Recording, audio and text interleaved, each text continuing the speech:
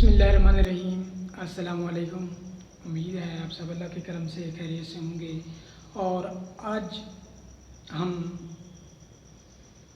Schrodinger particle and one dimension box के results की तरफ जा रहे हैं। आज हम लेक्चर में डिस्कस करेंगे particle and one dimension box के रिज़ल्ट्स। तो इससे हमने क्या रिज़ल्ट्स निकाले हैं तो उसको चलते हैं डिस्कस करते हैं। तो सबसे पहले जब भी आप लेक्चर लिए करें तो नोटबुक और पेंसिल साथ ले लिया करें और साथ साथ नोट किया करें ताकि आपको अच्छा अंडरस्टैंडिंग हो। तो इस लेक्चर को गौर से सुनना है। सबसे पहले मैंने क्या किया है, देखें जो एनर्जी हमने लास्ट लेक्चर में मैंने कहा था कि आपने ये दो इक्वेशन याद रखनी है। तो क्या है, एक एनर्जी फॉर nth लेवल हमारे पास क्या आई निकाली थी हमने, E n is equal to n square h square over 8 ml square थी। और दूसरी हमने उसके क्रॉसपेंडिंग वेव फंक्शन हमने क्या निकाला था फॉर nth लेवल के लिए, psi n is equal to √2 over L sine n pi over L x, ये हमारे पास आया था साई। अब हम मुख्तलिफ एनर्जी लेवल्स के लिए हम ये मैंने दो बॉक्स बनाए, वही बॉक्स जिसकी लेंथ क्या है x बराबर 0 से xl है और इसकी भी x 0 से xl है। एक पे मैंने वेव फंक्शन साई मालूम करूँगा और एक के लिए मेरे पास probability of finding the particle वो होगी मेरे पास साई स्क्वायर। तो देखते हैं जब n बराबर 1 होगा, क्योंकि n बराबर 1 2 3 4 एंड सो ऑन, तो एनर्जी है तो n बराबर 1 है। इससे शो होता है कि एनर्जी क्या है, क्वांटाइज्ड है। एनर्जी क्या है, नॉट ए कंटिन्यूस है बल्कि क्या है, डिसकंटिन्यूस है। तो n बराबर जब 1 होगा तो क्या मेरे पास आएगी n बराबर 1। जब n बराबर 1 इस इक्वेशन में पुट करूँगा तो मेरे पास क्या आ जाएगी, e बराबर आ जाएगा E1 मेरे पास आ जाएगा n स्क्वायर 1 का स्क्वायर h स्क्वायर और क्या आएगा ओवर 8ml स्क्वायर आ जाएगा। सही, तो मेरे पास ये क्या बन जाएगा, h square over 8ml square. इसी तरह इसके क्रॉसपेंडिंग मेरे पे वेव फंक्शन क्या बनेगा, उसको मैं देखता हूँ। जब n बराबर 1 पुट करूँगा तो मेरे पास साई, ये n था, ये साई 1 क्या होगा मेरे पास 2 ओवर l साइन n की जगह मैं क्या पुट करूँगा 1। इस एनर्जी के लिए इस वेव फंक्शन क्या होगा, n की जगह 1 पुट करूँगा तो मेरे पास क्या आ जाएगा 1 और पाई ओवर l x। अब मैंने देखना है इसकी एनर्जी क्या आई है जब n बराबर 1 है। तो पहले लेवल के लिए एनर्जी आई है h square over 8ml square. तो मैं इधर बना लेता हूँ कि ये मेरा कंसीडर फर्ज कर लेता हूँ ये मेरे पास पहला लेवल है, n बराबर 1 है मेरे पास ये, ठीक है।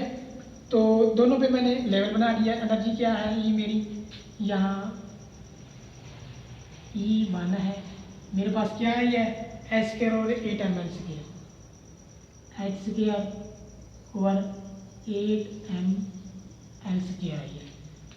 तो अब देखें कि साई की मेरे पास दो कंडीशन है कि मैक्सिमम कहाँ होगा और मिनिमम कहाँ होगा। तो मैं देखता हूँ साई वन मेरे पास फंक्शन जो है मिनिमम कहाँ होगा, x बराबर 0 पे एट द वाल टेंशन एनर्जी हमारी क्या थी, मैक्सिमम थी। फंक्शन यहाँ था क्या था, 0 था। तो मेरे पास x बराबर जब 0 आएगा तब साइन 0 होगा, तो मेरे पास फंक्शन क्या आएगा, जब x बराबर 0 है तब भी मिनिमम है। सही है, क्योंकि जब x बराबर 0 आप पुट करोगे तो साइन 0 आ जाएगा, तो फंक्शन क्या आ जाएगा 0 मिनिमम होगा। और दूसरा क्या है, जब x बराबर l पुट करो इस इक्वेशन में x बराबर l तब भी क्या आ जाएगा, देख लो साइन 1 2 ओवर l आप चेक कर सकते हैं पुट करके साइन, और l जब इसमें पुट करूँगा पाई ओवर l है, x की जगह l पुट कर दूँ, l पुट किया, l से l कैंसिल, साइन पाई क्या होता है 0, तब भी मेरे पास साई 1 क्या आया है 0। इसका मतलब है साई 1 x बराबर 0 पे भी मिनिमम होगा, x बराबर एल पे भी मिनिमम होगा। तो इसी तरह हम देखते हैं मैक्सिमम कहाँ होगा, तो साई 1 मेरा मैक्सिमम होगा किस पे, L/2 पे। अब L/2 आप x की जगह लिखोगे तो क्या आ जाएगा, मैं इसे ऐसे आपको एक दफ़ा चेक करा देता हूँ, L2/L आ जाएगा, साइन π/L आ जाएगा। आगे x की जगह मैं कितना पुट करूँगा, L/2। मैंने कहा है जब x बराबर होगा L/2 तो साई 1 क्या होगा, मैक्सिमम होगा, तो L/2 पुट करो, L से L कैंसिल, बाकी यह बचे साइन π/2। तो साइन π/2 क्या होता है, साइन π/2 = 1 होता है। तो आप देखिए साई क्या आ जाएगा, 2/L आ जाएगा। तो नॉट इक्वल टू 0 है, मैक्सिमम है, तो देख सकते हैं आप इसी तरह कि L/2 पे क्या है, साई 1 मैक्सिमम है। तो मैं इधर क्या करूँगा, L/2 इस पॉइंट पे बनेगा L/2, तो मैक्सिमम है, तो मैं इधर एक स्पॉट लगाता हूँ, तो मेरे पास क्या बनेगा, साइकिल ये बनेगा। और इसके लिए भी L/2 यहाँ होगा, L/2 यहाँ बनेगा, तो यहाँ मैक्सिमम है L/2 पे, x बराबर 0 पे भी मिनिमम, x बराबर है L/2 पे मैक्सिमम, x बराबर है L पे फिर मिनिमम।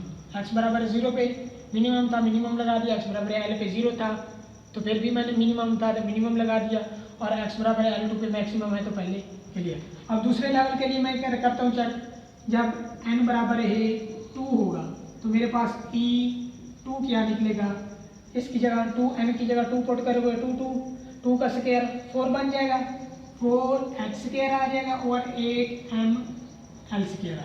अब इसके लिए मैं इधर लेवल ड्रा कर देता हूँ कि ये मेरे पास क्या है, दूसरा लेवल है।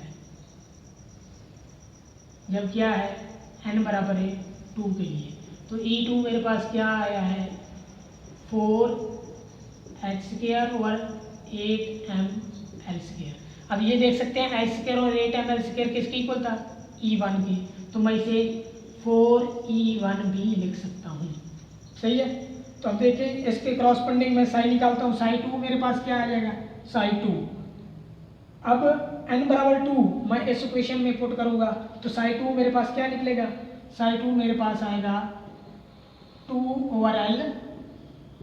पहले आपने इक्वेशन से साई 2 उसके क्रॉसपेंडिंग जो लेवल होगा एनर्जी उसका वेव फंक्शन निकालना है, फिर आपने देखना है कि मैक्सिमम कहाँ है और मिनिमम कहाँ है। तो 2/L आ गया साइन, अब n की जगह 2 पुट करना है, 2 π/L x आ गया।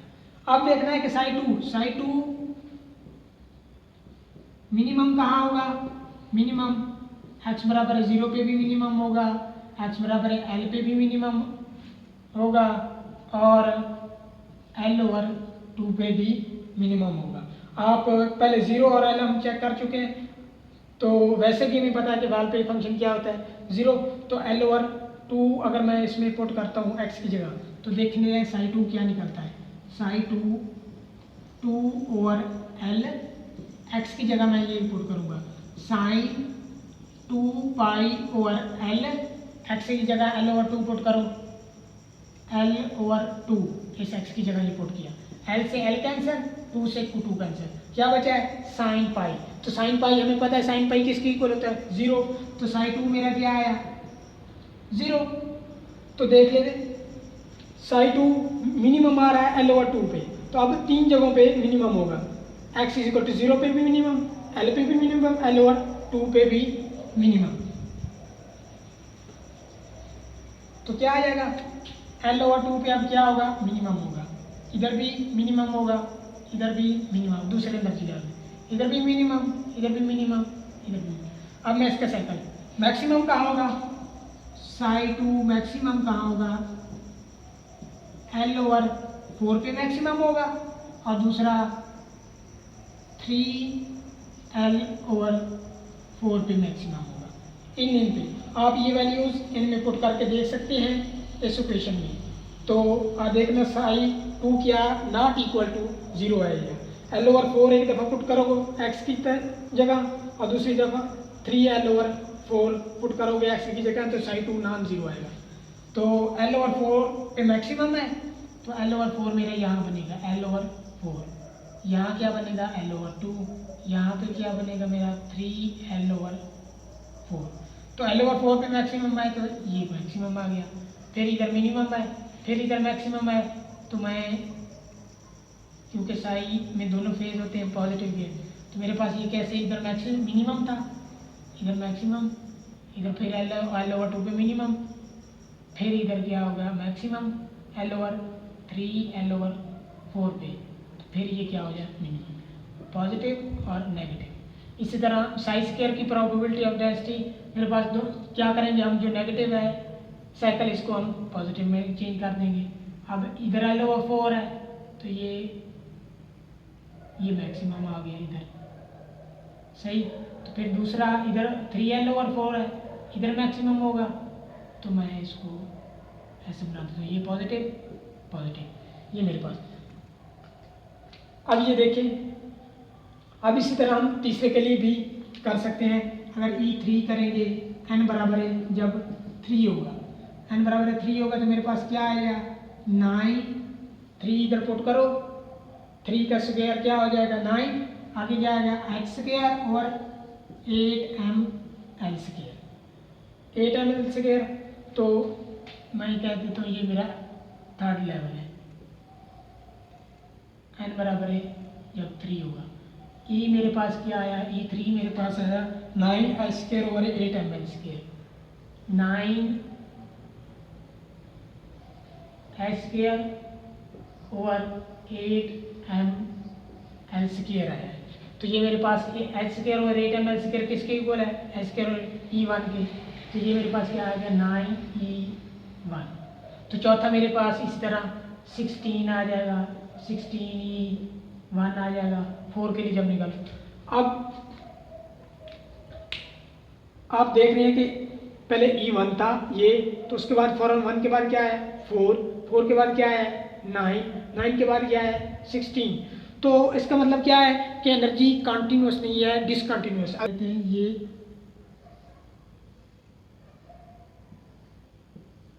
अब देखिए 1 2 3 4 5 6, ये क्या है कंटिन्यूअस है। लेकिन ये क्या था E1 था, उसके बाद 4E1 आ रहा है, उसके बाद 9E1 आ रहा है, 9 के बाद 16 आ रहा है। तो क्या है 1 के बाद डायरेक्ट 4 है, ये 2 लेवल उसने छोड़ दिया। इसके मतलब क्या है कि एनर्जी क्या है डिसकंटिन्यूअस है, कंटिन्यूअस नहीं है, ऐसे शो हो रहा है। तो चौथे के बाद फिर क्या आ रहा है डायरेक्ट 9 आ रहा है, चौथे के बाद 9 के बाद क्या आता है 16। अब इनमें डिफरेंस देखो, 1 के बाद 4 है, 1 के बाद क्या है 4 है, 4 के बाद 9 है, 9 के बाद 16 है, 4 और 9 के बाद बीच कितना 5 का डिफरेंस है, 4 और 1 के बीच 4 का डिफरेंस है। पहले 4 का डिफरेंस था, फिर 5 का हुआ, 9 के बाद फिर देखें तकरीबन 7 का फर्क आ रहा है। तो जैसे जैसे एनर्जी लेवल बढ़ते जा रहे हैं तो उनके दरमियान गैप भी, सेपरेशन गैप भी कितना बढ़ता जा रहा है। इसके बीच कम था, इनके बीच ज़्यादा होगा, और दूसरे और तीसरे के दरमियान और ज़्यादा होगा, तीसरे चौथे के दरमियान और एनर्जी गैप ज़्यादा होगा। इसी तरह तो तीसरी वेव के लिए अब E3 के लिए साई 3 मेरे पास कुछ ऐसे बनेगी, ऐसे पॉजिटिव नेगेटिव पॉजिटिव। अब ये इधर साई 3 मैक्सिमम कहाँ होगा ये मैं बता देता हूँ। साई 3 निकलेगा क्या 2/L और साइन 3π/L(x). अब मैक्सिमम कहाँ होगा ये मैं बता देता हूँ। साई 3 मैक्सिमम होगा किस पे जाके L/6 पे भी मैक्सिमम होगा, उसके बाद L/2 पे भी मैक्सिमम होगा, उसके बाद 5L/6 पे भी मैक्सिमम होगा। ये वैल्यू L ओवर 6 आप इस x की जगह पुट करके आप निकाल सकते हैं। साई 3 क्या आएगा, नॉट इक्वल टू 0 आएगा। तो ये मेरे पास है। अब देखें इसमें 2 नोड आ रहे हैं। जैसे जैसे एनर्जी लेवल बढ़ रहे हैं उनके बीच गैप भी एनर्जी का बढ़ता जा रहा है, और जैसे जैसे बढ़ रहे हैं उसके भी क्या हो रहा है, नोड्स भी बढ़ रहे हैं। किसी भी एनर्जी लेवल पे मेरे पास नोड क्या होंगे, n-1 नोड होंगे।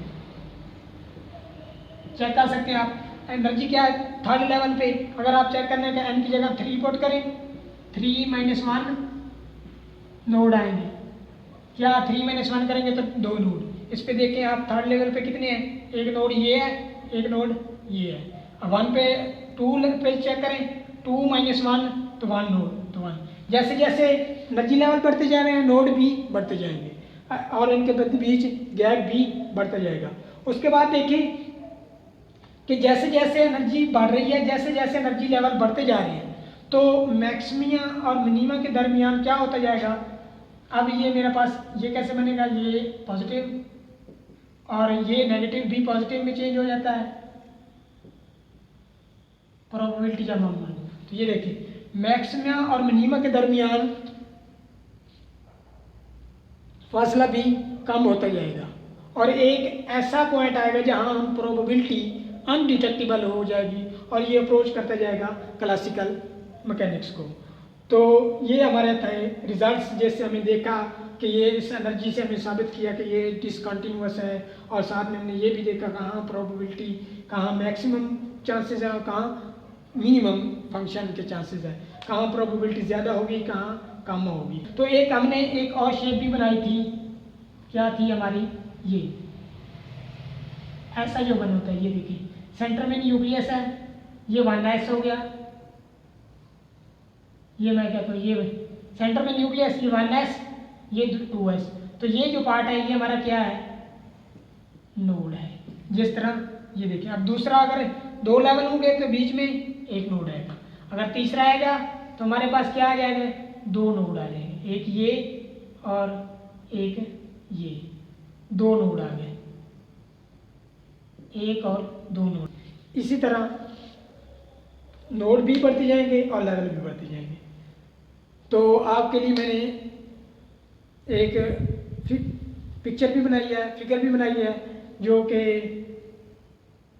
आपको स्क्रीन पर नज़र आ रही होगी, जिसके एक जानब क्या है, साई है और दूसरे जानब मेरे पास साई स्क्वायर है, और डार्क शेड इसके साथ भी मैंने उसे अच्छी तरह, ताकि आपका कंसेप्ट क्लियर हो जाए। हम देख लेते हैं, ये डायग्राम देख सकते हैं आप, बाकी सारा मैंने एक्सप्लेन कर दिया, उसी तरह ये सब देख सकते हैं आप। एनर्जी सेपरेशन भी बढ़ रही है, बिटवीन नोड भी बढ़ रहे हैं, जैसे जैसे लेवल बढ़ रहे हैं, तो ये एनर्जी भी साथ साथ मैंने दी है।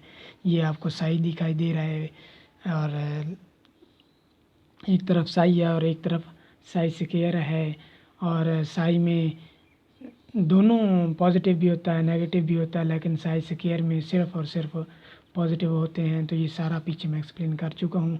और ये नोड्स जो वाइट आपको यहाँ probability of finding the particle 0 होगी।